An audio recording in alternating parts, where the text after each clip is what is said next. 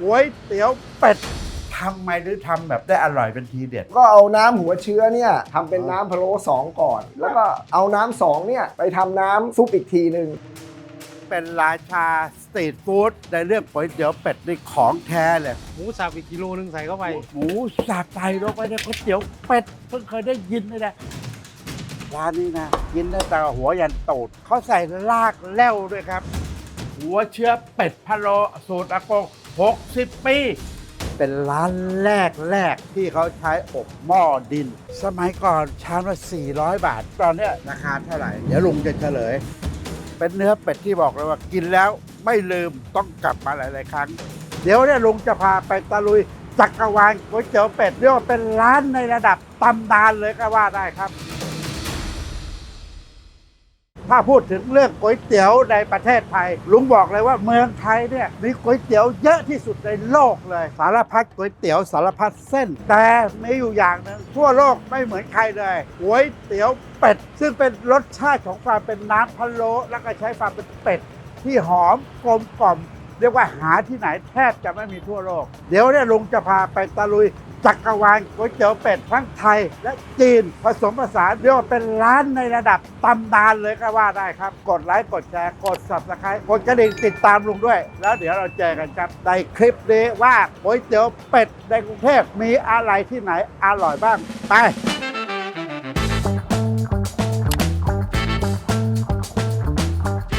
ตอนนี้ลุงอยู่ที่อ่อนนุชซอย 46/2 ซึ่งบอกเลยว่าก๋วยเตี๋ยวเป็ดเจ้าเนี่ยลุงกินได้รุ่นพ่อเขาอะสมัยก่อนเนี่ยเขาแกเรียกกันว่าก๋วยเตี๋ยวเป็ดเจ้าเก่าสวนหลวง ซึ่งในพันทิปแบบตอนนั้นที่ลุงเล่าเนี่ยคือที่เก่าเขาขายอยู่ 60-70 ปีแล้วแต่เขาย้ายมาอยู่ตรงเนี้ยประมาณ 15 ปี ตอนนั้นลุงตั้งชื่อเขาว่าก๋วยเตี๋ยวเป็ดบ้าสวนหลวงแต่จริงๆเขาไม่ได้บ้านะฮะเพียงแต่เขาสั่งงานกันเสียงดังเข้าไปคุยกันเลยไม่เคยคุยกันเป็นเรื่องเป็นราวเลยจำความได้ไหมว่าป้าสูตรจากไหน เขามาจากเมืองจีนแล้วเขาก็มาได้สูตรจากเพื่อนเขา จากเพื่อนเขาที่รู้เนี่ยคนจีนน่ะนะถ้าฝีมือในการทำเป็ดทำห่านมันต้องพวกแต้จิ๋วเถง ใช่ ให้ไหม ได้จิ๋วเพราะอยู่เถงให้ อ๋อ อยู่เถง ป้า ให้มาก่อน ป้าก็มาจากเถงให้เดี๋ยวขอดูเป็ดหน่อย ก็ทำวันหนึ่ง7-8 ตัวเองไม่ได้เยอะมาก แล้วใช้เป็ดอะไร เป็ดเชอรี่ แล้วเราใช้เป็ดอย่างอื่นไม่ได้เหรอ ใช้เป็ดอย่างอื่นก็ได้ สมัยก่อนใช้เป็ดปัวชาย โอยจ่าย เดี๋ยวนี้ปัวชายเขาไม่มีใครเลี้ยงแล้วเพราะต้นทุนมันสูง ยืนอยู่ตรงนี้นะบอกเลยว่ากลิ่นพะโล้เนี่ยจนไม่อยากสัมภาษณ์และอยากจะสั่งกินเลยอ่ะเนี่ยแล้วกลิ่นขนาดเนี่ยนะใช้อะไรเป็นเบสซุปเนี่ย เราก็ทำใส่กระดูกเป็ดกระดูกไก่แล้วก็มีใส่เครื่องเทศนิดหน่อย แล้วมันดำได้ยังไงอะใส่ซีอิ๊วอ่ะ อ๋อ เราใส่น้ำพะโล้ไปด้วย หัวเชื้อผสม เขาทำแบบโบราณเก่าๆเลยมีหัวเชื้อข้าวมันเติมซุปข้าวมันเติมซุปอุ่นตลอด ไม่ได้เททิ้งไว้ยอันนี้ใช่ไหมที่เหลือแต่น้ำแล้วต้มทุกวัน ไม่ อันนี้เป็นน้ำสอง น้ำสอง นนั้นเป็นน้ำสาม อ่า น้ำแรกนั่นต้มทุกวันจะเค็ม อยู่ข้างในด้วย ข้าง เลย ในน้ำแรกเราจะไม่เอามาใช้เลย ไม่ใช้เลย เพราะมันจะเค็มมาก อ๋อ เราจะใช้น้ำสองส่วนใหญ่ น้ำสองอย่างเดียวแล้วสองใส่ด้วยงั้นเดี๋ยวเราไปดูน้ำแรกกันไป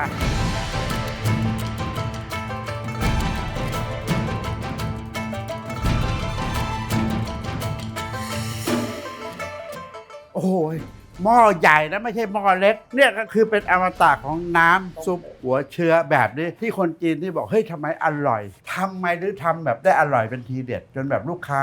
แน่นอย่างนี้ อ๋อเราก็เอาน้ำหัวเชื้อเนี่ยมาทำเป็นน้ำซุปอีกทีหนึง โดยเราก็ตักกรอง แล้วก็มันมีสัดส่วนของมันว่าเราจะใช้อะไรบ้างทำเป็นน้ำพะโล้2ก่อน น้ำพะโล้2เราก็ต้องมาต้มกับพวกกระดูกปีกเพื่อให้ความหอมของกระดูกปีกขาเนี่ยออกมาก่อน ที่ตะกี้เห็นอยู่ตะ อยู่ กี้ ใน เย น้ กระดูก ำสองแล้วก็ต้องใส่เครื่อง อ่า ใส่กล้วยกัดใส่กุ้ยใส่พริกไทยใส่รากผักชี ใส่กระเทียมอะไรเงี้ยลงไป แล้วก็เอาน้ำสองเนี่ยไปทำน้ำซุปอีกทีหนึ่งน้ำซุปก็ต้องมีพวกกระดูกเป็ดกระดูกไก่ แล้วก็ใส่เครื่องลงไปอีกกล้วยกัดกุ้ยไตเฮียแล้วก็มีรากผักชี กระเทียมพริกไทยมันต้องใส่หมดเลย โอ้น้ำแรกเข้มข้นก็ปรุง น้ำสองก็ไปปรุง แล้วน้ำสามเสร็จก็คือไอ้เป็ดไก่ก็ไปปรุง แล้วก็เอาน้ำสองไปผสมใน ผสม น้ำ แล้ว สาม ทำใส่กระดูกเพิ่มอีก ใส่กระดูกเพิ่มอีก อ่า โอเค งั้นเดี๋ยวขอสั่งเหมือนเดิมจัดมา ขอบคุณเป็นทางการ ขอบคุณมากครับ โ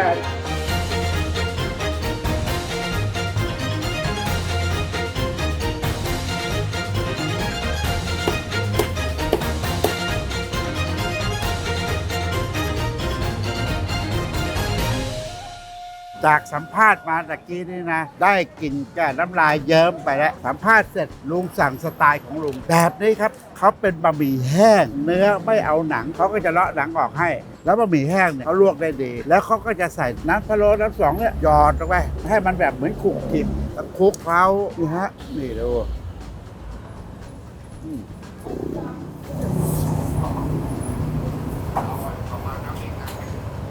บะหมี่เขาจะลวกได้ดีแล้วคลุกเคล้ากับน้ำพะโล้ใส่แบบแห้งอย่างเงี้ยไม่น่าป้าไม่ชอบกินอย่างเงี้ยเพราะมันหอมอ่ะเนื้อเป็ดกัดเข้าไปเนี่ยมันมีกลิ่นความฉ่ำของสมุนไพรถึงปากถึงเครื่องถึงเนื้อของเขาจริงๆครับแล้วก็หอมมากๆก็อยู่ที่5-60 บาทในราคาทั่วๆไปของร้านก๋วยเตี๋ยวเขาเหลาแบบนี้อีก50ที่เห็นนี่อะไรรู้ไหมตูดทั้งนั้นแหละมาถึงเขาเก็บไว้ให้ลุงได้2 ก้นคนก็มาสั่งกันหมดแล้วแค่ออกให้เราเรียบร้อยเพราะฉะนั้นเลยหอมอร่อยกินซุปที่เนี่ยมันมีได้รับรู้ถึงความรสชาติของสมุนไพรที่แบบฉ่ำๆเลยกลิ่นพะโล้กลิ่นหอมไม่ใช่กลิ่นแบบขอให้เป็นซีอิ๊วดำเฉยๆอย่างนั้นไม่ใช่ครับไม่เค็มมากไม่หวานมากไม่จืดไม่อะไรแต่มันจะมีกลิ่นอายของความเป็นว่าเฮ้ยนี่แหละก๋วยเตี๋ยวเป็ดมันอร่อยแบบนี้ร้านนี้เด็ดอีกอย่างอะไรรู้ไหมเลือกแค่เนี่ยก็ขายชามละ10 บาทนะแต่ก็หมดเร็วนะอันนี้บอกเลยมันน่ากินตรงที่ว่าเขาเด้งแล้วเขาเนียนคุณดูแค่ตัวเลือดเขาเนี่ยไม่มีฟองอากาศเลยเนียนนุ่มไม่แข็งพุดดิ้งยังนิ่มเกินไปแต่เนี่ยกำลังดีไม่เคยกินเลือดร้านไหนอร่อยเท่าร้านนี้เด็ดอีกอย่างของร้านนี้คือไส้ครับไส้กับกึ๋นอันนี้ลุงสั่งมาจานนี้อยู่ที่100รวมใส่ไส้ใส่ตีนใส่กึ๋นนี่แหละอันนี้คือเด็กของเขาคือไส้เขาจะกรุบกรอบแล้วก็หั่นได้กำลังดีกรุบมากไม่เหนียวอันนี้คือกึ๋นมันมีการเป็นเท็กเจอร์ที่ไม่แข็งกินแล้วกรุบเข้าไป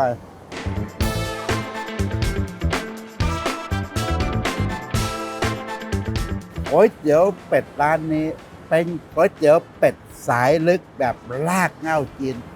แท้ๆอร่อยมากมากันได้ก๋วยเตี๋ยวเป็ดสวนหลวงวงเล็บเจ้าเก่าอยู่ที่อ่อนนุชคือร้านในตำนานก๋วยเตี๋ยวเป็ดที่ลุงกินมาช้านานอีกร้านหนึ่งเราจะไปไหนต่อเดี๋ยวตามลุงไปครับไป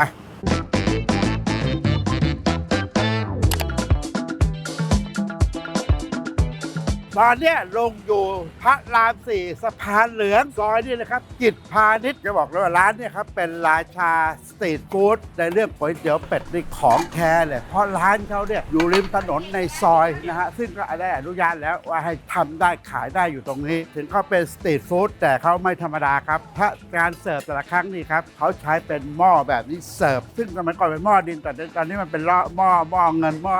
สแตนเลสไปแล้วมาดูเนี่ยเดือดพักเสิร์ฟแบบภัตตาคารอย่างนี้เลยความน่ากินของเขาแล้วบอกตรงๆเลยว่าคิวยาวร้านที่ลุงว่านี่คือก๋วยเตี๋ยวเป็ดสะพานเหลืองเราจะไปคุยกับทางเจ้าของร้านเขาดีกว่าวันนี้ไง ดีครับ เฮียชื่ออะไรนะ ผมปอเป็ดครับ เฮียขายได้เอาสูตรยังไงจากใครมาเนี่ย แต่ก่อนผมเคยเป็นลูกน้องเขาครับ ลูกน้องร้านดังกันแล้วกัน ใช่ ใช่ไหม ปรับใช้เองครับ ปรับใช้เอง บางส่วนครับ โอ้แล้วตอนนี้โคตรขายดีเลยแล้วเฮียเป็นลูกน้องกันนานไหม ประมาณ 4-5 ปีได้ อยู่ตรงนี้มา 45 ปี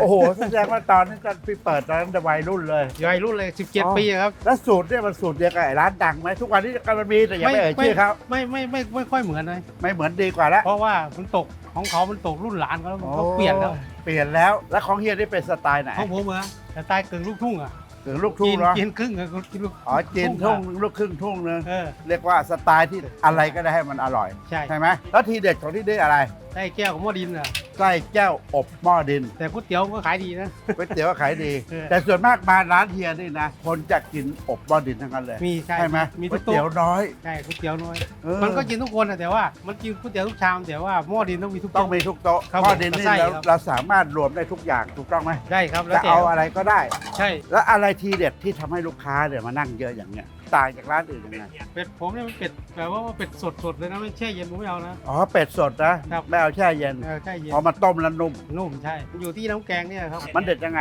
หม้อนี่ผมใส่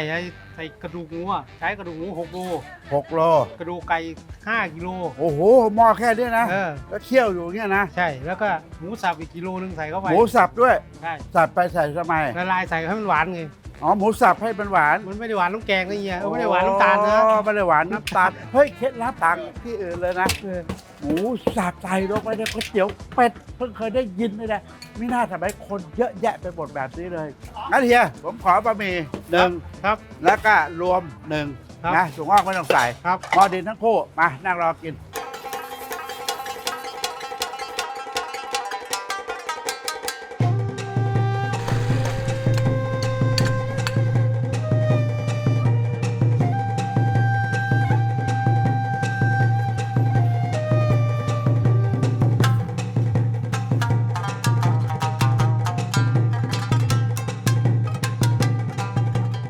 มาแล้วครับ ตอนนี้ได้แล้ว อันนี้ลุงสั่งบะหมี่พิเศษนะฮะเขาอยู่ในราคา 60 บาท แล้วธรรมดาเขาขายอยู่ 50 บาท เป็นบะหมี่เบสิกอย่างนี้เลย นี่นะ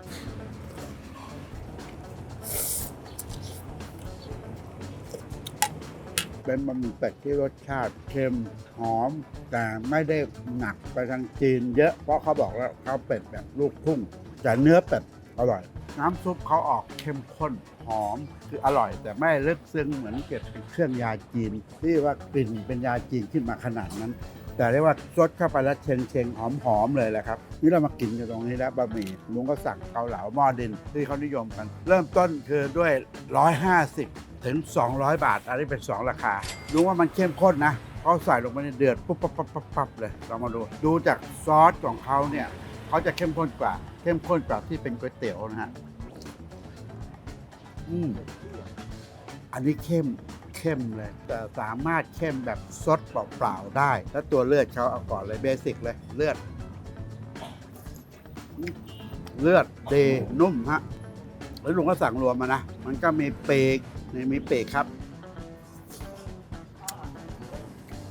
รสชาติโดยรวมคือหม้อเขาเนี่ยเขาจะไปใส่ในไฟเดือดปุดแล้วรสชาติเขาจะขับออกมาจากตัวน้ำเป็ดอะไรมาให้มีความเข้มข้นและอันเนี้ยที่เห็นคือทุกโต๊ะต้องสั่งคือไส้แก้วของเขาเป็นไส้แก้วซึ่งขึ้นชื่อของร้านนี้เขากรุบนะไม่เหนือพันคอเพราะหั่นมาไม่ชิ้นยาวบางร้านไม่เป็นหั่นยาวๆนะรองด้วยคะน้าลวกมาแบบเนี้ยนี่น่าทุกโต๊ะต้องสั่งซอสเขาเข้มแต่จะเข้มสู้ของหม้อดินไม่ได้โดยรวมคือถ้ามาทานที่เนี่ยมันเป็นหม้อดินปุบๆแล้วมันน่าทานจริงๆพอน่าทานความร้อนปุบๆแบบน้ำขลุกคลิกอ่ะแล้วพอกินเข้าไปนะฟินก็ให้ได้อารมณ์เหมือนกับไปกินหม้อดินตามภัตตาคารอะไรแบบนี้เลยอร่อยครับร้านนี้เพิ่งลุงบอกเลยเป็นก๋วยเตี๋ยวเป็ดสายสตรีทฟู้ดที่ไม่ธรรมดาเข้มข้นอร่อยราคาไม่แพงเรียกว่าควรมาแวะสักครั้งหนึ่งก๋วยเตี๋ยวเป็ดสะพานเหลืองวงเล็บสาขาหนึ่งร้านเขาอยู่ปากซอยกิจพาณิชย์อยู่ติดกับธนาคารนี่แหละครับขายทุกวันอันนี้เป็นหม้อดินแบบสตรีทฟู้ดไปแล้วนะเดี๋ยวดูให้จบคลิปมันจะมีร้านหนึ่งเป็นหม้อดินแบบเศรษฐีกินก็ดูให้ลงให้จบคลิปแล้วกันเดี๋ยวลงขอซ้อย2 คำแล้วไปลุยต่อไปตอนนี้ลุงก็มาอยู่แถวสี่ย่านลุงจะไปที่ซอยร่วมจิตนะจะไปก๋วยเตี๋ยวเป็ดอีกร้านหนึ่งที่ว่ากินมาแม่แต่ลูกอยู่ป .1 สมัยเซนกระเบียนชื่อเขานะชื่ออะไรรู้ไหมชื่อไก่แก้วแต่ดันขายก๋วยเตี๋ยวเป็ดอะแล้วก็ร้านนี้นะกินได้แต่หัวยันตีนยันตูดเลยอร่อยทุกอย่างครับแล้วก็มีพิเศษไอเทมอีกอย่างอะไรรู้ไหมเดี๋ยวไปดูที่ร้าน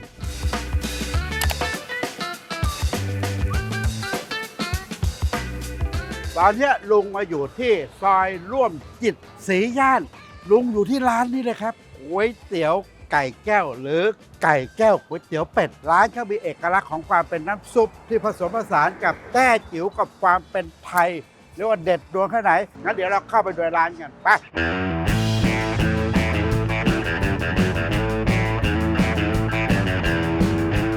ร้านเนี่ยนะที่ลุงรู้คือกินตั้งแต่หัวยันตูดแล้วก็มีบางที่มีบางอย่างที่มันเป็นทีเด็ดซึ่งไม่มีทุกวันอะไรบ้างที่แบบไม่มีทุกวัน ก็เอ็นเป็ดค่ะ เอ็นเป็ด ใช่ค่ะ อันนี้ก็คือก่อนที่จะตุ๋นนะคะ เหรอฮะ ก็จะเป็นแบบนี้ อ่า อันนี้คือเราเริ่มตุ๋นกำลังได้ที่ ไหน ค่ะ ตักอันนี้อะไรคือเอ็นใช่ไหม ใช่ค่ะตรงเอ็นข้อมัน มันอยู่ตรงไหนของเป็ด มันอยู่ตรงข้อเท้ามันนะคะ ข้อเท้า ตัวหนึ่งก็จะมีสอง อัน ใช่ เอ็น ค่ะ เป็ด ใช่ค่ะ อ๋อตุ๋นแล้วออกมาเป็นอย่างนี้ ค่ะ เป็นเล็กๆเป็นตรงข้อขาเอ็นน่องเป็ดอะนะไม่เคยเห็นแต่กินประจำแต่ไม่เคยถามอะไร เห็นมันกรุบๆดี แล้วมีเยอะไหมทุกวัน มีไม่เยอะค่ะวันหนึงก็มีประมาณ 10 จาน มันเด็ดยังไง มันก็จะมีความหนึบของตัวเอ็นนะคะ นะฮะ แล้วก็น้ำพะโล้ของเราเข้มข้นค่ะ โอ้โหข ใช่ นาดนั้นเลย ใช่ค่ะ แล้วก็มีอะไรอีกส่วนที่บอกว่ากินตั้งแต่หัวยันตูดเลย ก็จะมีขาเป็ดค่ะ แล้วก็คอเป็ดตุ๋น ขา แล้ว เป็ด ก็ คอเป็ด มีปีกเป็ดปากเป็ด ปีกเป็ด ค่ะ ปากเป็ด และอันนี้ก็เป็นเป็ดตุ๋นนะ อันนี้ คะ เป็ดตุ๋น เป็นเป็ดตุ๋นที่เป็นส่วนน่องกับสะโพกที่จะต้มด้วยตุ๋นเครื่องยาจีน แล้วก็จะมีพวกเห็ดหอมเกากี้แล้วก็จะมีเล้วค่ะ และไอ้รากแง่วเนี่ยมันช่วยอะไรให้กับตุ๋นเนี่ย หนึ่งก็คือมัน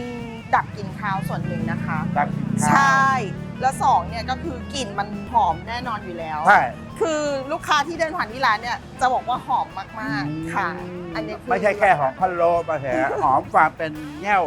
ใช่ค่ะ รากแง่วที่มันมีกลิ่นคล้ายๆเหมือนหมูเรียงอ่ะเรื่องหมูเรียงอ่ะปกติมันใส่แค่รากแง่วซีอิ๊วกับส่วนผสม3 เกลือแต่ที่นี่ใช้เป็นพะโล้แต้จิ๋วผสมเข้าไป ใช่ค่ะ เป็นไง อันนี้เป็นใช้เป็ดอะไร อันนี้เป็นเป็ดโปยฉ่ายค่ะ โป้ยฉายอันนี้ไซส์อะไร ไซส์ XXL ค่ะ ไม่ใช้พันธุ์อื่นใช้โป้ยฉายเพราะอะไร เนื้อมันเยอะค่ะ เนื้อมัน แล้วมัน เยอะ มันน้อย แล้วมัน บาง น้อย ใช่ค่ะ ใช่ งั้นเดี๋ยวสั่งขอเป็นบะหมี่ ได้ นะ ค่ะ ใส่ครบมีอะไรบ้าง มีกืนตับไส้เลือดค่ะ แล้วก็เนื้อเป็ด งั้น ค่ะ ขอเป็นบะหมี่ครึ่งก้อนมาจัดเต็มให้ผมครบ ได้ นะ ค่ะ แล้วเพิ่มตูดให้ผมด้วย ได้ ตูด เลย หนึ่ง ค่ะ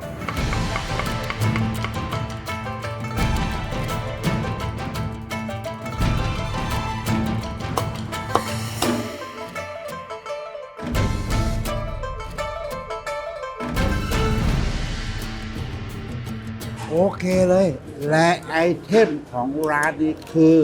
เอ็นข้อเป็ดซึ่งบอกว่ามีไม่มากครับนี่ครับเขาเอาตัวเอ็นที่ข้อเป็ดเล็กๆเนี่ยค่อยๆเลาะออกมาจากตรงส่วนของน่องแล้วนำมาตุ๋นนี่เลยครับมันนุ่ม มันกรุบกับตัวเส้นเอ็นของเขาแล้วก็หอมกับตัวซอสที่บอกว่าเป็นแง่วตุ๋นอยู่ในนี้ อร่อยเพลินโอเคหลังป้าหมอกคอแล้วจานนี้เขาขายแค่80 บาทนี่ลุงสั่งมาบะหมี่เป็ดของชอบของลุงซึ่งมันก็ประกอบไปด้วยเป็ดหั่นนั่นแหละฮะไส้กึ๋นตับเลือดมีครบแต่ลุงขอเพิ่มมาคือเพิ่มตูดชามนี้นะฮะธรรมดาเขา60แต่ลุงสั่งอันนี้คือ70 บาทครับกินซุปก่อนเป็นซุปที่ใช้เครื่องยาจีนแนวแต้จิ๋วกับผสมรากแง่วจากจันทบุรีซึ่งเป็นตัวเบสของก๋วยเตี๋ยวหมูเรียงงั้น2 อย่างเจอกันเด็ดครับ มันจะมีความหอมของลึกๆของรากแง่วซึ่งคล้ายๆว่าเป็นกลิ่นเฉพาะตัว แล้วพอมาใส่กับเป็นเครื่องยาจีนจากแต้จิ๋วมันอร่อยแบบบอกไม่ถูกเลย อร่อยแบบสดและชื่นใจไม่มีกลิ่นยาจีนฉุนๆหรือว่ากลิ่นอะไรมันจะอยู่ตรงกลางๆหอมหวานครับบอกเลยมันเป็นหอมแบบมันเอกลักษณ์ของเฉพาะตัวของร้านนี้เลยครับนี่อันนี้เป็นเนื้อเป็ดนะแล้วก็กินหนึบนุ่ม แล้วก็รู้สึกต้มแล้วมันเข้าเนื้อพอกินเนื้อเข้าไปปุ๊บกลิ่นความเป็นซุปเนี่ยติดปากเข้ามาเลยนะครับ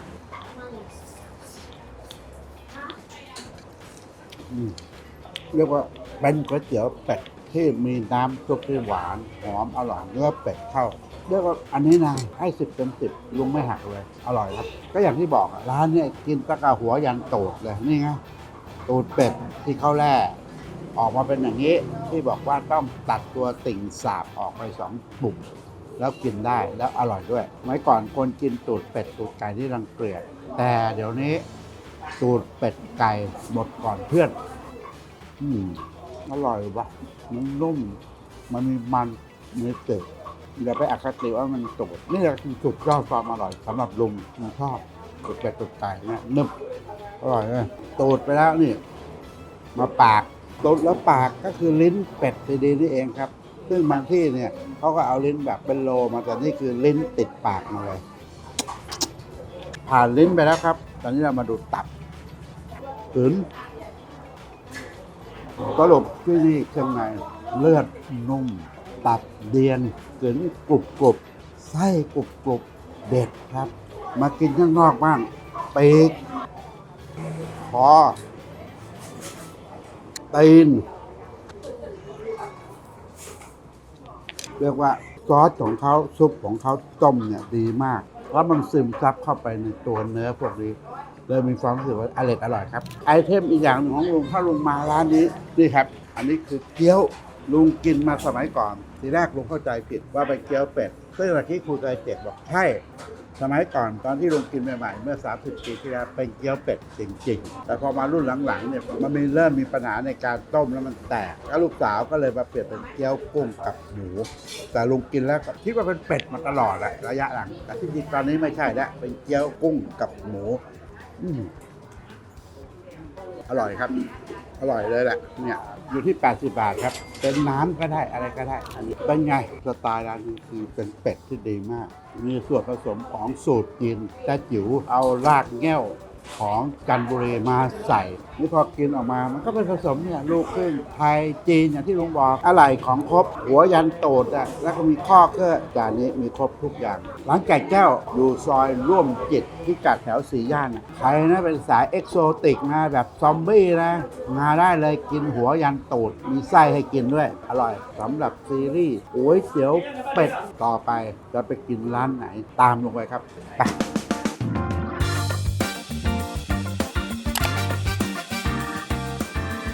ตอนนี้ลุงก็มาอีกร้านหนึ่งร้านก๋วยเตี๋ยวเป็ดร้านเนี่ยอยู่แถวลาดย่าเรียกว่าสูตรเก๋ากึกมาแบบรุ่นอากงเลยอ่ะร้านที่ลุงบอกคือร้านนี้นะครับริมทรงขวดลุงเนี่ยทำพันทิปมานาน25 ปีแล้วก็มีช่วงตอนหลังที่ลุงเริ่มมาทำ YouTube ใหม่ๆลุงใช้กล้องมือถือถ่ายของร้านเนี่ยเรียกว่า10 กว่าปีแล้วลุงให้ความสำคัญของน้ำจิ้มเขากับตัว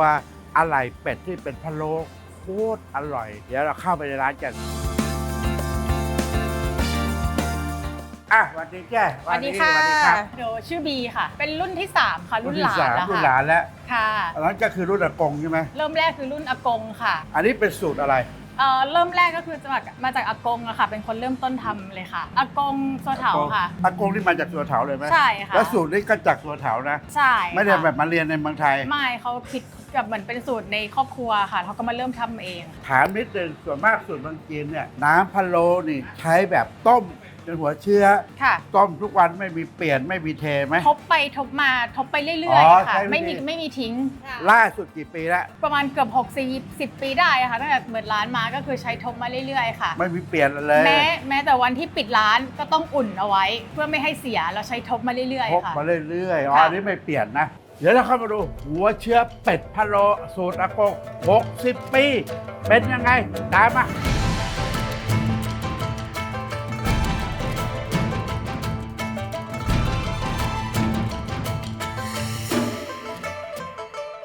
อันนี้ดูเลยฮะเนี่ยเป็นหม้อแบบ 60 ปีอ่ะเขาก็จะค่อยๆอุ่นอย่างนี้ทั้งวันนะฮะที่เขาบอกความหอมเนี่ยมันหอมจากเนื้อเป็ดแล้วเขาจะใส่ถุงอย่างนี้นี่นะฮะอันนี้เป็นถุงอะไรใช่ไหม อันนี้คือถุงพะโล้ค่ะ ถุงพะโล้ที่เครื่องสูตรของเขานี่แหละใส่อย่างนี้เลย ใช่ แล้วกี่วันเปลี่ยนที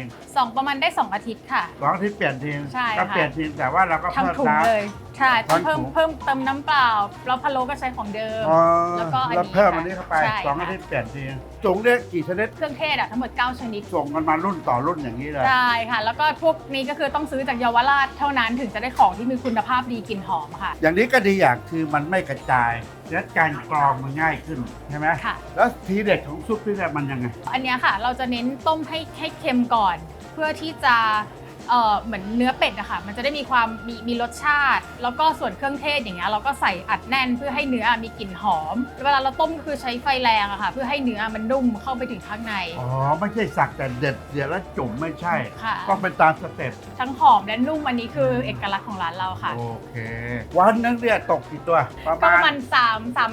30-40 ประมาณนี้ค่ะ แล้วเราใช้เป็ดของอะไร เขาเรียกว่าพันเชอรี่เต็กอะค่ะ เป็ด3 โลแล้วใช้เวลาต้มนานไหม ประมาณชั่วโมงหนึ่งได้ค่ะอย่างต่ำ1 ชั่วโมง 1 ชั่วโมงอย่างต่ำเลยโอเค แล้วอันนี้คือเป็ดรอบ2แล้วใช่ไหม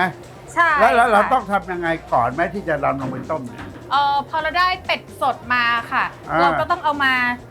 ทาเกลือแช่น้ำเกลือทิ้งเอาไว้ค่ะ แล้วก็ล้างออก ใช่ค่ะ แล้วก่อนจะต้มก็คือก็ต้องล้างทำความสะอาดอีกรอบหนึ่ง โอเค ค่ะ ที่เราต้องแช่ทิ้งไว้ก็คือเพื่อให้เกลือค่ะ มันซึมเข้าไปในเนื้อ เพื่อเนื้อจะได้มีรสชาติแล้วก็นุ่มขึ้นค่ะ แล้วอย่างตัวเป็ดอะค่ะ เราก็ต้องเจาะรู มันจะมีเจาะรูตรงก้น แล้วก็ต้องเจาะตรงหน้าอกเพื่อให้เวลาต้มอะค่ะ มันหมุนวนแล้วเพื่อให้มันสุกทั่วกัน แล้วก็นุ่มอย่างทั่วถึงอะค่ะ แล้วอย่างนี้มีที่สุกแล้วไหม มีค่ะ เดี๋ยวเกี่ยวแล้วใส่หม้อนี้ โอ้โหอลามน่ากินจริงๆเริ่มเข้มข้นเลยเอามาเลย เดี๋ยวลุงจองตัวนี้แล้ววะสดๆใหม่ๆขนาดเนี้ยน่ากินมากคือสีมันออกคล้ำความเป็นเป็ดพะโล้เต็มที่เลยฮะมันมีเทคนิคไหมในการจะต้มให้เป็ดสวยอะแล้วต้องเทคนิคยังไงใส่ไปเลยหรือว่าอะไร ก็ตั้งแต่แรกที่เราใส่ค่ะก็คือเราต้องใส่ในแนวตั้งที่เอาก้นลง แนว ก่อน ตั้งก้นลง เสร็จแล้วก็เรียงรอบ เรียง ๆค่ะ รอบๆ ไม่ให้ตัวเป็ดอะมันสีกัน อ๋อ มันถึงจะออกมาสวยแบบนี้ค่ะ ไม่ให้ตัวเป็ดสีกันเพราะอะไรพอเดือดแล้วมันตื้อๆไปหนังมันถลอก ใช่ สีกัน ค่ะ เออ แล้วพอทีละครึ่งปุ๊บพอครึ่งชั่วโมงผ่านไปแล้วก็เกี่ยวขึ้นมา เอา เอา หัว ด้าน ทิ่ม หัวลงค่ะ แค่นั้นเอง ใช่ แต่ไฟก็ ค่ะ เดือดตลอดเวลา ตลอดเวลา ไม่ ค่ะ หลีจนเนี้ย1 ชั่วโมงนะฮะได้อย่างนี้ออกมาสวยงามกลิ่นดีด้วยและสีสวยมาก อันนี้ก็สามารถเอาไปวางพร้อมขายได้เลย ใช่ค่ะ โอเคแล้วนอกจากตรงนี้จะเป็ดตัวเนี่ยนะแล้วเรามีอะไรที่เราเป็นต้มพะโล้หรือไง เอาพะโล้เนี่ยแหละค่ะมาตุ๋นค่ะ อีกตุ๋นประมาณชั่วโมงอีกชั่วโมงหนึ่ง อีกชั่วโมงให้นุ่ม ค่ะพวกอะไรก็จะมีเป็นปีกขา ปีก ลิ้น ขา คอ ลิ้นคอ ค่ะ มีครบเลย ค่ะ งั้นเดี๋ยวเราเสร็จเอาตัวนี้แหละจองตัวนี้ไปได้กินหน้าร้านกัน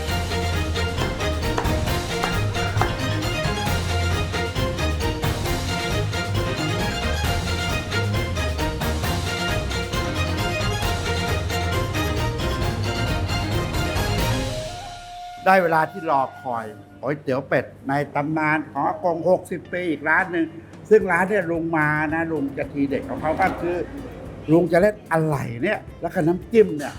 ซึ่งบอกเลยตอนที่ลุงกินน้ำจิ้มเนี่ยลุงแม่งโคตรเซอร์ไพรส์เลยลุงจะขอน้ำจิ้มถ้วยนึงขอกระเทียมถ้วยนึงแต่ไม่เอาน้ำมันนะใส่ลงไปนะแล้วจิ้มกินออกมาอย่างนี้นะกระเทียมจุกๆอย่างนี้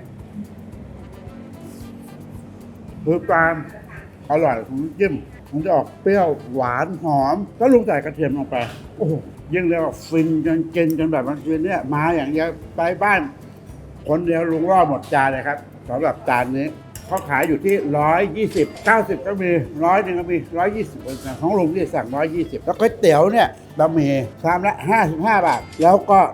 สำหรับคนที่แบบชอบกินก้นนะนี่เขาเลือกเอาไว้เสร็จเลยที่เห็นเกิดหน้าร้านเห็นไหมเยอะแยะหมดเลยและอร่อยจริงๆอย่างที่ลุงบอกอ่ะอย่างเขินกับการติดกินตูดเป็ดอร่อยนี่เรามากินตรงนี้มานี่น้ำซุปเขาน้ำซุปที่นี่จะมีความเค็มโดดเด่นแต่ไม่ได้เค็มจัดเค็มแบบหอมเครื่องจีนนัวๆเครื่องจีนเข้ามาผสมผสานแต่จะมีความเค็มนำหวานตามแต่หวานแบบไม่หวานนะฮะไม่ได้หมายความว่าหวานจี๊ดจ๊าดไม่ใช่พอเข้าไปเค็มนัวหอมแล้วจะมีติ่งหวานออกมานิดนึงเลยทำให้รู้สึกว่ารสชาติอร่อยแบบนั้นเลยนี่ครับบะหมี่นวกเลยดีไม่เละแล้วก็ตัวเนื้อเป็ดนะครับเขาไม่ยุ่ยเละแต่กินได้หนึบเคี้ยวได้พอดีไม่เหนียวตัวหนังนี่หอมเพราะเหมือนกับเขาเคลือบซอสไว้ที่หนังตอนต้มนั่นเลยโดดเด่นมากเรื่องหนังกลับมาที่อะไรอันนี้เป็นลิ้นกับปากนะฮะสมัยก่อนบางคนไม่กินนะแต่เดี๋ยวนี้กลายเป็นลิ้นเนี่ยหายากเวลาไปซื้อลิ้นหรือไปทำลิ้นพะโล้นี่โคตรอร่อยเลยเขานุ่มจนรูดออกมาได้เลยตรงนี้อะไรอะหัวเป็ดแล้วมันก็มีความเป็นสมองอยู่ขาวๆอยู่เห็นไหมนิดนึงเห็นไหมสมองมันอร่อยนิดเดียวเองแต่อร่อยมันลุงนะโคตรรักน้ำจิ้มร้านนี้เลยกับกระเทียมเป็นความทรงจำของลุงเลยสำหรับน้ำจิ้มถ้วยนี้เป็ดก็อร่อยอยู่แล้วแต่พอเอาน้ำจิ้มอันนี้เป็นองค์ประกอบใส่เข้าไปนั่นมันระเบิดรุ่มความอร่อยไปเลยมาแล้วกันลิ้มทรงหวดอยู่ลาดย่าติดกับสหกรณ์กรุงเทพเรียกว่าร้านเนี่ยนะเป็นร้านก๋วยเตี๋ยวเป็ดสายคลาสสิกหัวเชื้อ60 ปีจากรุ่นอากงครับร้านที่ลุงจะไปนี่คือเป็นก๋วยเตี๋ยวเป็ดซึ่งในสไตล์อบหม้อดินเจ้าแรกๆของบ้านเราเลยสมัยก่อนแต่ร้านเนี่ยเขาจะอยู่ตรงริมถนนพระราม 4แถวสะพานเหลืองหรือแถวเรียกว่าตอกปากซอยตังปักสมัยนั้นและร้านนี้ในย่านนั้นนะสตรีทฟู้ดตรงนี้นะสะพานเหลืองเนี่ยถือว่าเป็น สตรีทฟู้ดเก่าแก่ที่แรกๆของบ้านเราเลย แล้วแต่ละร้านตรงนั้นน่ะบอกง่ายๆพวกคนมีตังค์ทั้งนั้นที่ไปกิน เพราะราคาค่อนข้างสูงในสมัยนั้น อย่างก๋วยเตี๋ยวเป็ดร้านที่ลุงจะไปเนี่ยสมัยก่อนชามละ400 บาทคือตัวเป็ดอบหม้อดินของเขานะฮะซึ่งตอนเนี้ยจะถึงราคานั้นหรือไม่หรือยังไง เดี๋ยวจะพาไปดูครับ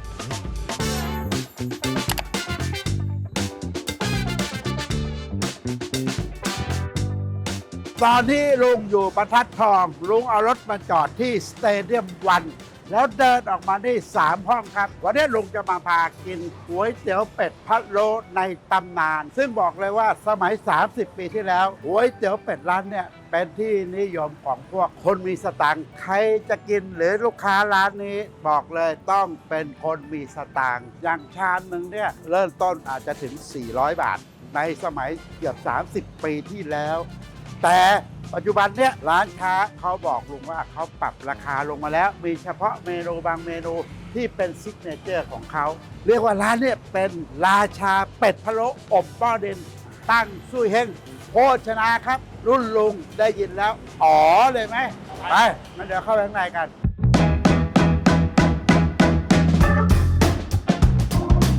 โอเคแล้วก็เจอแล้วครับสวัสดีครับ สวัสดีค่ะ นี่เลยครับเป็นเจ้าของร้าน หนูชื่อเหมียวค่ะ เป็นเจน 2 ค่ะ เจนสองหมอเจ็บ ใช่ คุณพ่อ คุณพ่อเจนแรก ร้านเนี่ยเก๋าไม่เก๋าดูครับมิชลินนะครับปีแรกเข้าเมืองไทย จนปัจจุบันนี้ 9 ปีซ้อนติดๆ ไม่มีหยุด สมัยนั้นคุณพ่อเนี่ยก่อนที่จะมาทำก๋วยเตี๋ยวเป็ดเป็นกุ๊กมาก่อน เป็นเชฟ ใช่ สมัยก่อนเรียกกุ๊กหรือเถ่าชิ่ว ใช่ ที่ไหน ที่แกลเล็กซี่แล้วก็อูฟูเหลา แล้วทำไมคุณพ่อออกมาท เนื่องจากว่าลูกเยอะขึ้น ำ เริ่มรู้สึกว่าเงินไม่พอแล้ว อ่า ก็ต้องหาอะไรทำสมัยก่อนมีแต่ก๋วยเตี๋ยวลูกชิ้นที่คนรู้จักแต่ก๋วยเตี๋ยวเป็ดยังไม่ค่อยมีคน ดัง ทำ ไม่ค่อยดี ใช่เพราะว่าหนึ่งทำยังไงไม่ให้มันเหม็นสาบ ใช่เป็ดจริงๆ ถ้าทำไม่เป็ดเหม็นสาบ ใช่คุณพ่อเขาก็หาสูตรของเขาแบบก็เครื่องพะโล้ปกติ แต่อาจจะมีสูตรลับนิดนึงแล้วแกก็เอามาเริ่มขายจากรถเข็น เห็นไหมตำนานของความยิ่งใหญ่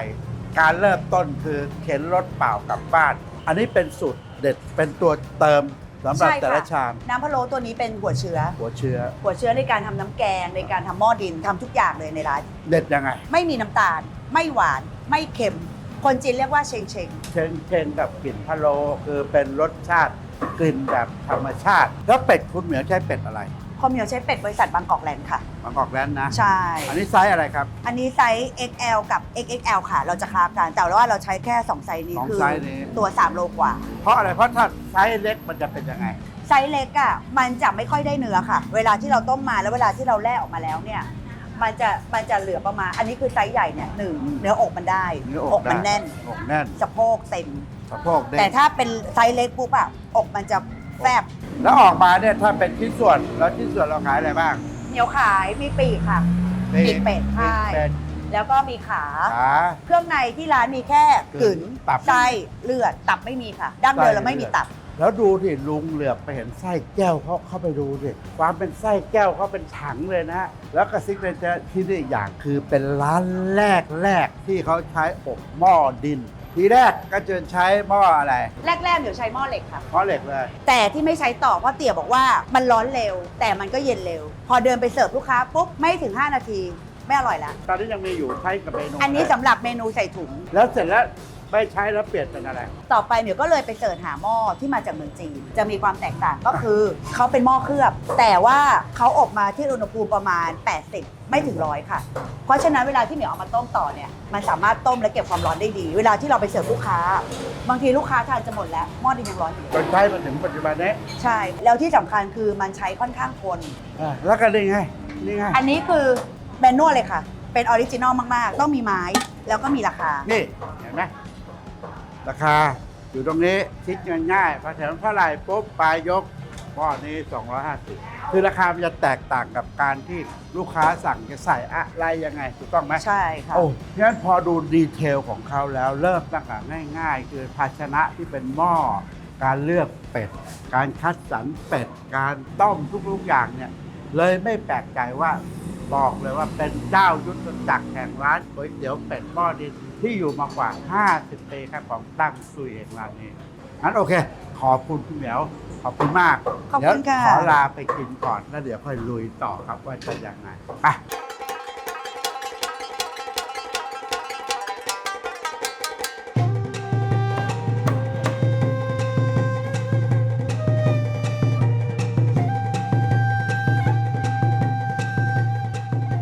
ได้แล้วบะหมี่ในตำนานอีกร้านหนึ่งของตั้งซุยเฮงคือบะหมี่เปาะมันก็คือบะหมี่เส้นใหญ่นี่เองครับ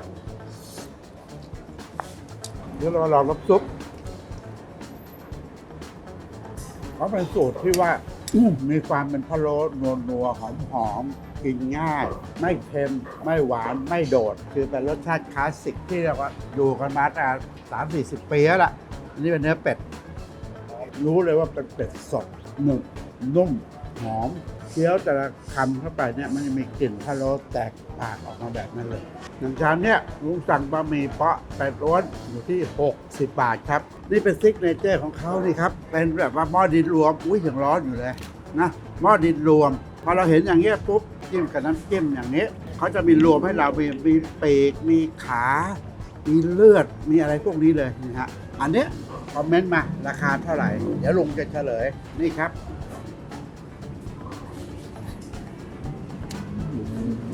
ที่เขาเลือกหม้ออย่างนี้เพราะอะไรเพราะมันร้อนนานจริงๆขนาดตะกี้ลุงนั่งโม้กินชามอื่นไปเกือบ10 นาที มันยังร้อนชิบเลย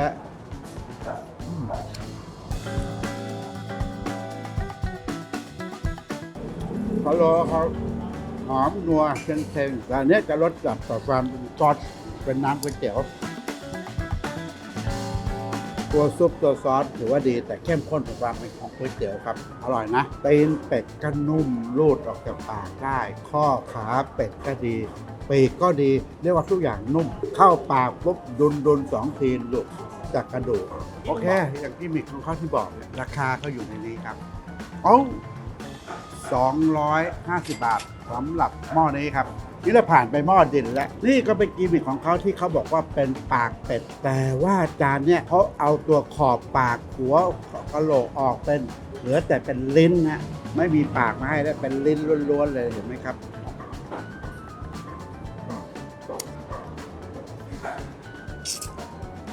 บอกเลยว่าก๋วยเตี๋ยวมันจะกลิ่นอ่อนๆเชงๆพอเป็นมะนาวดินเข้มข้นขึ้นมานิดนึงแต่มาอย่างเนี้ยเหมือนสุดยอดเหมือนหัวเชื้อของซอสเลยมันจะเข้มหอมขึ้นมาอีกระดับหนึงจานนี้อยู่ที่200 บาทนะฮะอันนี้อยู่ที่200 บาทก็เป็นอีกร้านหนึ่งที่ใครว่าตั้งซุยเฮงต้องรู้จักครับเป็นหนึ่งในยอดร้านก๋วยเตี๋ยวเป็ดของกรุงเทพแวะเข้ามาได้เลยพิกัดคืออยู่บรรทัดทองจอดรถในสเตเดียมวันแล้วเดินออกมา2 ห้องถึงเลยตั้งซุยเฮงบรรทัดทองครับ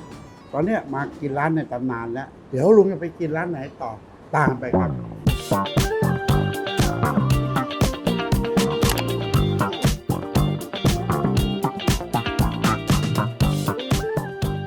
ร้านเนี่ยลุงกินมาตั้ง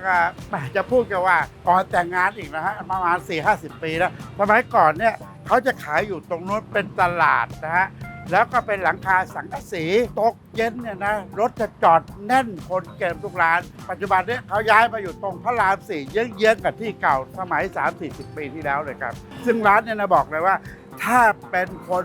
คอก๋วยเตี๋ยวเป็ดพะโล้ต้องรู้จักร้านนี้เพราะว่าเป็นร้านเก่าแก่เข้มข้นแล้วก็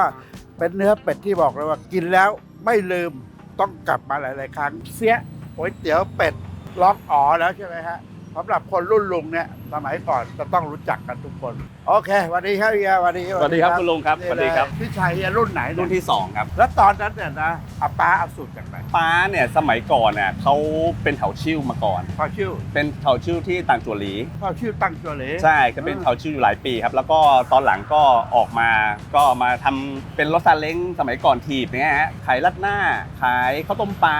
แล้ว ใช่ แล้วไอ้สูตรก๋วยเตี๋ยวเป็ดเอาไปยังไง คิดเองครับ คิดเอง ใช่ครับ แต่ด้วยความคือเราเป็นเชฟมาก่อนใช่ไหม ก็คือใช่ อ๋อ ก็อะแดปเพราะว่าเราสูตรเป็นสูตรแต้จิ๋ว อะไรคือจุดเด่นที่บอกว่าเฮ้ยมันเด็ดจนใครๆก็ต้องมาเสีย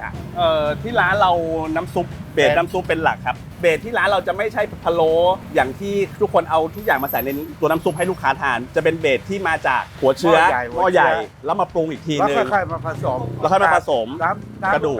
เป็นที่เป็นเป็ดอะไร เป็นเชอรี่ครับ เป็ดเชอรี่ ใช่ครับ แล้วมีโชว์ไหม ไม่มีครับเพราะร้านเราเป็นร้านเดียวที่ไม่มีเป็ดโชว์ครับ เพราะทำไม่ทัน เพราะว่าเราหั่นไว้ก่อน อ๋อ เพราะฉะนั้นกระดูกที่เหลือจากหั่นเราก็จะมาต้มน้ำซุปเลย อ๋อ ก็ เรา คือ เรา วัน เรี ต่ ย อก วั ว่าน เรา เลย หั่นไว้พร้อมขายเลยไม่ ใช่ ใช่เป็นนั่งหั่นหน้างาน ไม่มี อย่างนั้น ไม่มีครับ มีเลย ใช่ คือเรามีครัวหั่นอะไรของเรา ใช่ อยู่แล้ว ใช่ แล้วมัน เพราะ เตรียมพร้อมขายเลยอ๋อ ใช่ นี่คือเรียกว่าเนื้อเราหั่นเป็นถาดๆเอาไว้ เป็น ลย ถาดแรปไว้เรียบร้อย อ๋อ ส่วนนี้คือน้ำซุปที่เสิร์ฟให้ลูกค้าเวลาลูกค้าเวลาเราน้ำซุปดิบแล้วก็ตรงนี้เติม เติมไปเรื่อย ส่วนในนี้ก็จะมีกระดูกเล้งอีกเยอะมากครับ ไอ้เล่นกระหาก เล้งตั้งหาก แล้วก็เครื่องปรุง แล้วนี่ก็คือพวกผ้าห่อที่เป็นห่อพวกสามเกลออยู่ในนี้หมด อันนี้ก็คือส่วนก๋วยเตี๋ยว ส่วนก๋วยเตี๋ยว แล้วส่วนอะไร อะไรก็จะอยู่ฝั่งนี้ครับ นี่ครับอ๋อนี่อะไรอยู่ฝั่งนี้อะไรนี่ก็เอามาต้มกับพะโล้เหมือนกัน ใช่ครับใช้เบสเดียวกับหม้อใหญ่เลยอะไรก็จะมีปีกเป็ด ปีกเป็ด ขาเป็ด ขาเป็ด มีคอ คอ มีปากเป็ด มีปากมีเลือด แล้วก็มีเลือด แล้วก็มีปีกไก่มีขาไก่ อ๋อ แล้วก็จะมีพวกไส้แก้วอันนี้เป็นซิกเนเจอร์ครับ เสี้ยเป็ดพะโล้มันมีอะไรที่ทำให้คนต้องมากินเต็มไปหมดเลย โอเคอย่างนี้รุ่นแรกเนี่ยที่ป้าทำมาเขาทำเอาไว้ดีฮะ ทำไม่ดีอยู่แล้ว ใช่แล้วเราก็มาปรับพัฒนาสูตรให้มันคงที่พยายามให้มันคงที่ให้ที่สุดเบสเรื่องน้ำซุปนี่คือสำคัญครับแล้วเราทำมันต่อวัน ทำมันต่อวัน เปิด6โมงเย็นนี่เราเริ่มงานตั้งแต่7โมงเช้านะครับ ซุปเด็ดอะไรเด็ดอีก เครื่องตุ๋นยาจีนนี่ก็เด็ดครับเพราะว่าเราตุ๋นด้วยพริกไทยเยอะมากพริกไทยดำเราสั่งมาเองจากจันทบุรีนะครับ พริกไทยนะ พริกไทยด พริกไทยดำด้วย ำใช่ แล้วที่แน่ๆเลยเห็นนี่คือเลือดลักษ เลือ ณะ ดเป็ด เนี่ยนุ่ม ใช่ นุ่มแล้วก็ซึมซับเลย ใช่ สรุปง่ายๆก็คือเสี้ยเป็ดพะโล้เนี่ยเขาเด็ดตั้งแต่น้ำซุปเด็ดตั้งแต่เนื้อเป็ดเด็ดแม้แต่ทุกอย่างมาตั้งแต่รุ่นพ่อจนสู่รุ่นลูกสูตรก็คงยังไม่ได้ผิด ไม่เพี้ยนครับไม่เพี้ยนครับเพราะผมเป็นคนปรุงเองทุกวันครับ ปรุงเองทุกวัน ไปไหนไม่ได้เลย งั้นเนี่ยแหละก็คือจุดเด่นโอเคงั้นแล้วถึงตอนนี้เดี๋ยวลุงของกินครับขอบคุณมาก ครับ นะ ขอบคุณครับ เดี๋ยวมาครับ ขอบคุณครับลุงอ้วน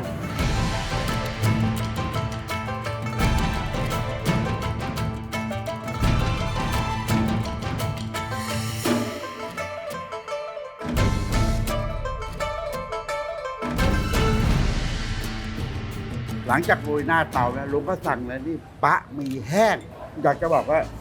ตัวเนื้อเป็ดเขาหอมขึ้นมาฮะอืมมันกินเต็มปากเต็มคำแล้วกินแล้วมันมีรสชาติในเนื้อได้กลิ่นของความพะโล้ที่แทรกซึมเข้าไปนี่พอเป็นเส้นของเขานี่ครับ นี่เลยเส้นหมี่แห้งของเขาเนี่ย ซึ่งแต่ร้านเนี่ยเขาก็จะใส่ความเป็นน้ำพะโล้ของเขาลงไป ให้มันสุกติดเข้ามาอย่างเงี้ยฮะคือไม่ได้หมายความว่ามันแห้งจนเกินไปนักถ้ากินไปคำแรกลุงบอกเลย ไม่แปลกใจที่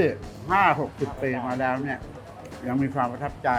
คนรุ่นเก่าก็ยังนึกถึงแล้วมันก็เหมือนเดิมเรียกว่าถ้าพูดถึงว่ายังรักษาความเก่าแก่ของความอร่อยที่คงทนได้จนถึงทุกวันนี้ไม่ว่าเส้น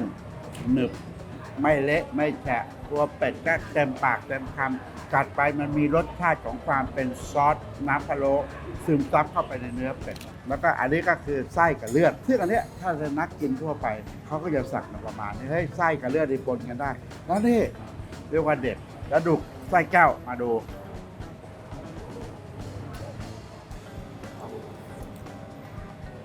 ไส้แก้วกินแล้วกรุบกัดเข้าไปแล้วกรุบไม่มีเหนียวเลือดเด้งเป็นพุดดิ้งอะคือเด้งไปหน่อย แต่ว่าไม่เละเรียกว่ากินแล้วดุบเลยรสชาติดีครับอะไรลุงสั่งมาก็มีตีนไก่คอเป็ดแล้วก็ปีกเป็ดลิ้นเป็ดนี่ครับแล้วก็มีเป็นข้อไก่นะฮะทุกอย่างเขาตุ๋นได้ดีมากนุ่มกินง่ายอร่อยครับมาร้านก๋วยเตี๋ยวเป็ดหาว่าไม่กินตีนเป็ดนี่คือตีนเป็ด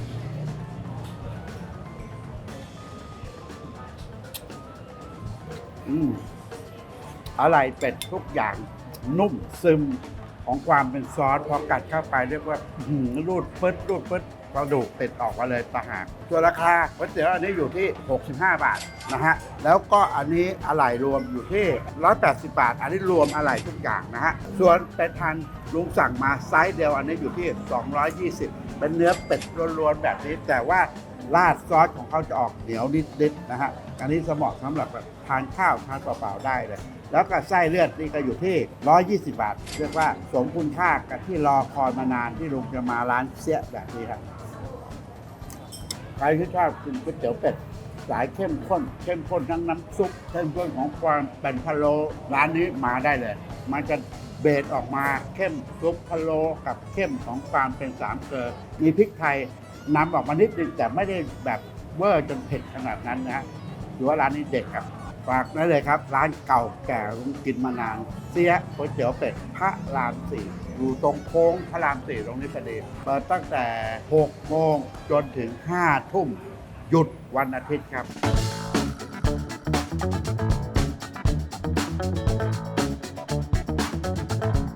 ก็เป็นอันว่าทริปเนี่ยลุงนะพามาตะลุยจักรวาลเป็ดพะโล้ตำนานของเมืองกรุงหลากหลายหลากสไตล์ถูกยันแพงเรียกว่ามาให้ได้ลิ้มรสเลือกกันได้เลยว่าชอบร้านไหน ซึ่งแต่ละร้านบอกเลยว่าเด็ดทั้งนั้นครับใครชอบสไตล์ไหนนะสายสตรีทฟู้ดสายริมทางสายเข้มข้นได้ทุกอย่าง สายแบบเสียกินจุกๆหม้อละ300-400 ก็มีเลือกเอาคราวหน้าอยากให้ลุงมาทำซีรีส์กินอะไรบอกมาเลย